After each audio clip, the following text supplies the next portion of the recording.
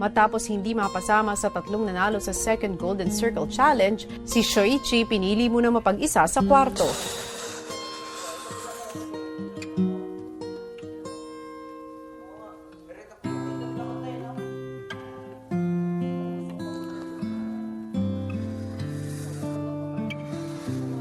Ilang sandali pa nilapitan siya ni Jem.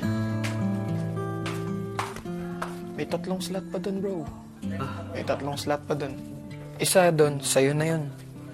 Sana. Di sana, sigurado yan. Oo, salamat. Ako nga, di ba? Oo.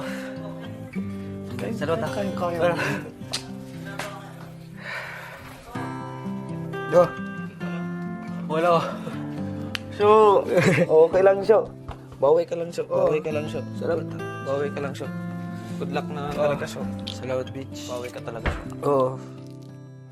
Sa bigat ng dinaramdam, minabuti ni Shoichi na kausapin si Kuya. Soichi, Opo. napansin ko, malungkot ka. Opo. Disappointed ka ba? Opo. Ano po, kuya? Gusto ko po pa manatili sa bahay niyo, kuya. Ngayon ko po sukuan.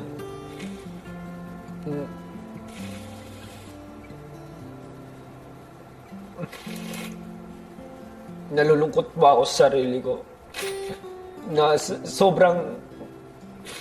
Sorry po, kuya. Sobrang simple lang po yung pinapagawa sa akin. Tapos, hindi ko po nagawa. Hindi ko po natupad yung sa sarili ko na next time babawi ako pero hindi ko po nagawa. Nabigo po ako, kuya.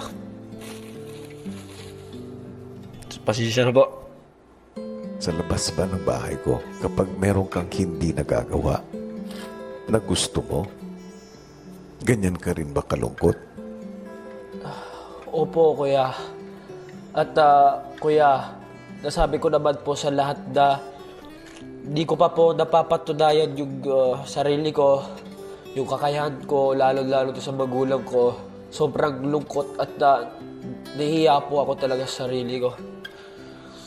Soichi, Po. ganyan ka rin ba sa buhay mo sa Japan? Siguro po kuya, nasanay na po ako sa buhay po sa Japan. Di po katulad dito sa Pilipinas na sobrang stricto. Alam niyo naman po sa Japan, palagi may hinahabol, palagi may ginagawa. At bawal po pagkamali. Doon na po talaga nasanay. Nahirapan din po ako ma-adjust. Kaya ayun po, hindi po nababalo yung pagka-stricto po sa sarili, kuya. Napapansin ko ngayon, Soichi. Po. Sa isang banda, natutuwa ako dahil kapag may ibinibigay ako na task, ibinibigay mo ang buong sarili mo. Pero, Shoichi, Po. gusto kong malaman mo na pagdating sa buhay, lalo na sa outside world, hindi lahat ng ipinapagawa sa atin ay magagawa natin. Opo, kuya. Hindi lahat ng pangarap natin ay maaabot natin. Pero okay lang yun. Hindi doon nagtatapos ang lahat. Dahil sa bawat pagkakamali natin, sa bawat pagkakataon na kinakapos, ay isang malaking pagkakataon ito para bumawi at pumangon. Kailangan lagi tayong maging bukas sa susunod na magandang pagkakataon.